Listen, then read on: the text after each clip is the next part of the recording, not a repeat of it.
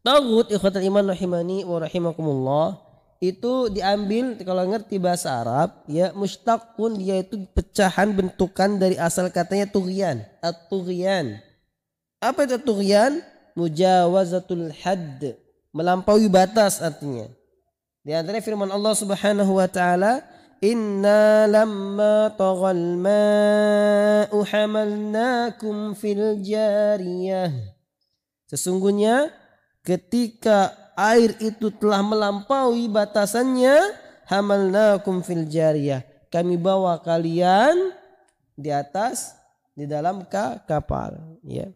Jadi tagha di situ maknanya dari taghut, melampaui batas. Jadi ketika seorang hamba melampaui batasnya, maka inilah dikatakan taghut. Secara istilah, secara bahasa itu melampaui batas. Secara istilah, maka makna taghut yang paling bagus definisinya adalah apa yang didefinisikan oleh Syekhul Islam Ibnu Taimiyah tadi. Di mana beliau mengatakan taghut itu kullu ma tajawazu bihil abdu haddahu min ma'budin au matbu'in au muta'in. Segala yang hamba itu melampaui batasannya, baik berupa penyembahan, pengikutan ataupun ketaatan.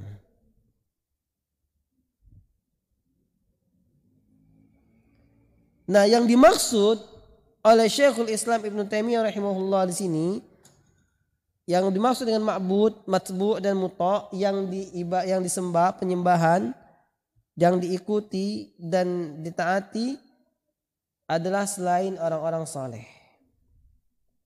Kenapa? Adapun orang-orang saleh maka mereka bukanlah taghut.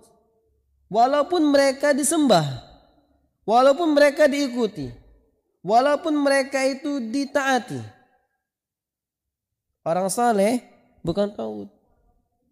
Kendati pun dia disembah, dia diikuti, dia ditaati.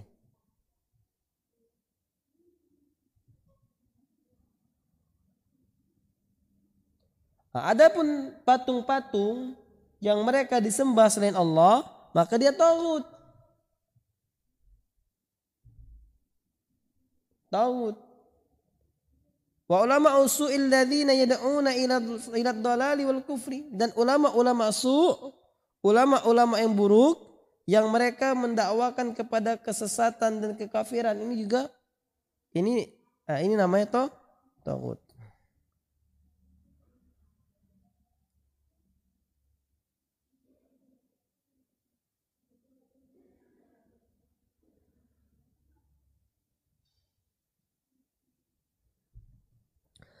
Dan juga au yad'una ilal bid'ah, atau imam-imam atau ulama-ulama tadi, ulama-ulama buruk yang mengajak kepada kesesatan dan kafiran, au yad'una ilal bid'ah, atau yang mendakwakan kepada bid'ah, au ila tahlili ma harramallah, atau mendakwakan kepada menghalalkan apa yang Allah haramkan, au tahrima ma ahallallahu tawaghit, atau dia mengajak orang mengharamkan apa yang Allah halalkan, maka mereka itulah termasuk kalangan-kalangan taghut.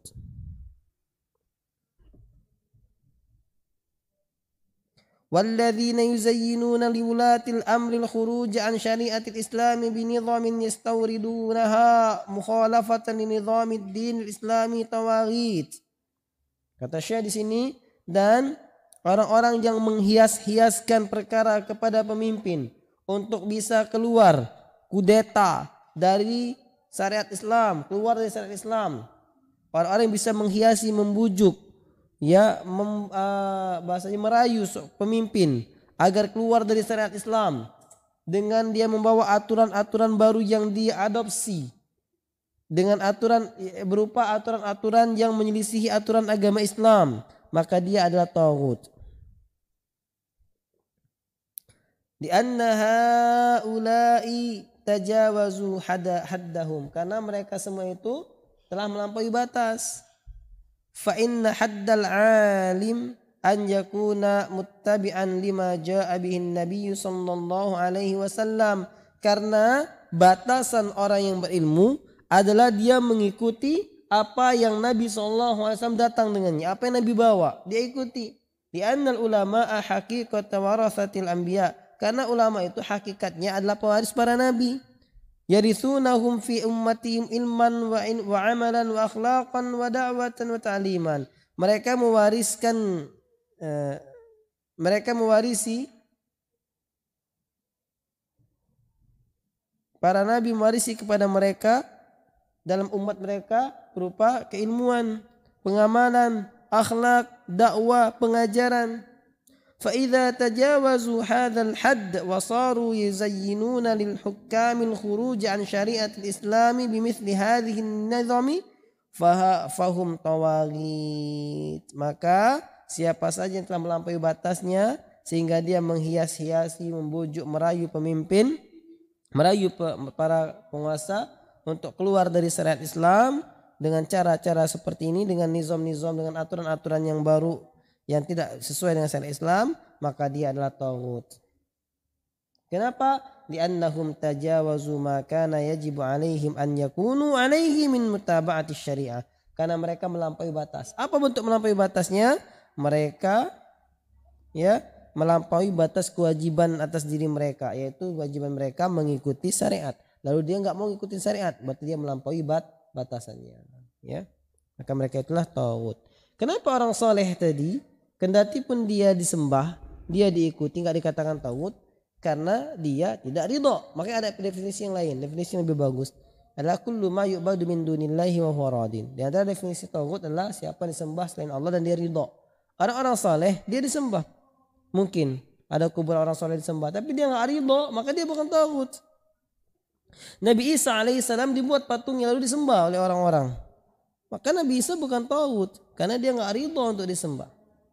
Tetapi kalau dia menyuruh manusia menyembahnya seperti Fir'aun, maka dia adalah taghut. Dia menyuruh manusia untuk menyembah dirinya.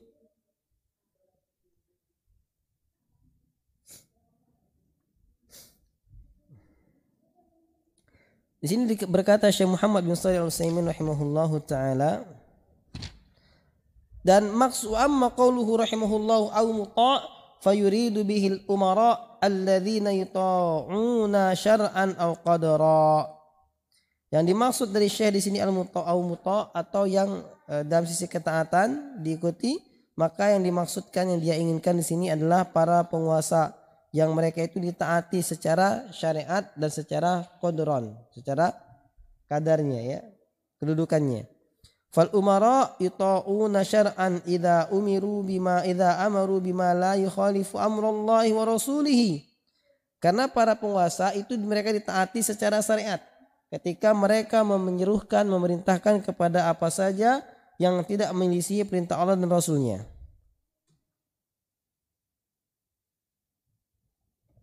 Maka kalau seperti ini keadaannya ketika penguasa memerintahkan suatu perkara, yang perkara ini tidak menyelisih Allah dan Rasulnya, lalu ditaati, maka dia bukan taghut.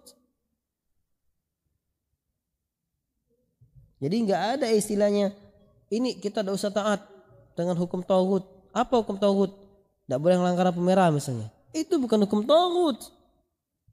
Sekarang enggak boleh melanggar lampu merah itu larangan dari pemerintah, ya? Iya, benar. Memaksiati Allah dan Rasulnya enggak? Enggak. Menyelisih syariat Allah dan Rasulnya enggak? Enggak. Ya berarti bukan taghut. Justru sesuai dengan firman Allah dan Rasulnya.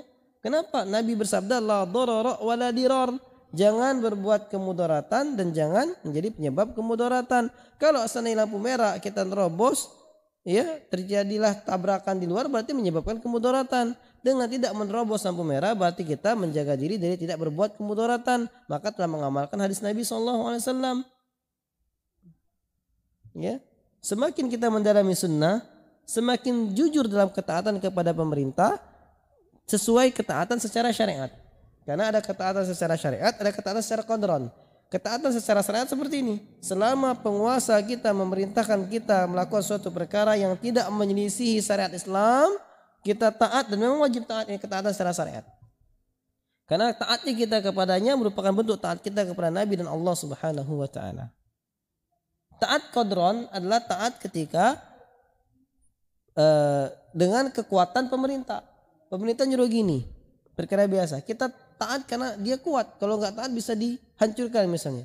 Ini ketaatan secara qadran, ya.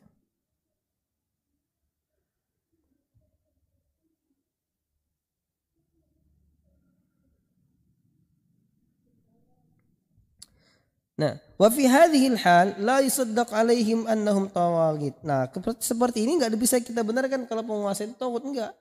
Wal wajibu lahum 'ala ra'iyyati sam' wa ta'ah. Maka wajib bagi rakyat dalam kondisi seperti itu wajib untuk mendengar dan taat.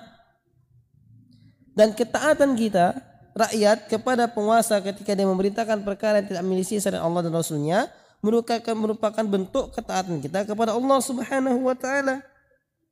Makanya sempat bagi kita untuk an nulahidha hina nanfudh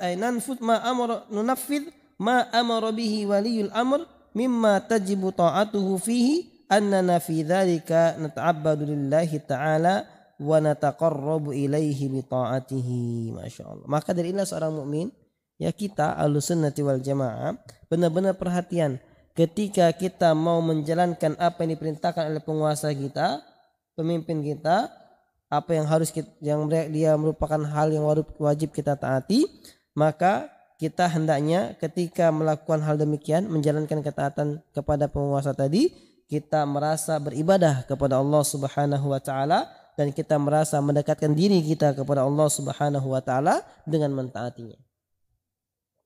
Atiullah wa atir rasul wa ulil amri minkum. Taatlah kepada Allah, taatlah kepada Rasul dan pemimpin di antara kalian. Jadi ketika kita mentaati pemimpin kita yang tidak memaksiati Allah Rasulnya, maka kita rasakan kita sedang beribadah kepada Allah Subhanahu wa taala. Hatta yakuna tanfidhuna li hadzal amr qurbatan lillahi ilallahi azza wa jalla wa inna ma yanbaghi lana an nulahidha dzalika li'anna Allah ta'ala yaqul. Nah, kita ketika mengerjakan hal demikian merasa mendekatkan diri kepada Allah. Hal yang demikian itu terjadi hendaknya kita senantiasa memperhatikan bahwasanya Allah Subhanahu wa taala berfirman, "Ya ayyuhalladzina amanu atiiullah wa atiir rasul wa ulil amri minkum." Taatlah kepada Allah, taatlah kepada Rasul dan pemimpin di antara kalian.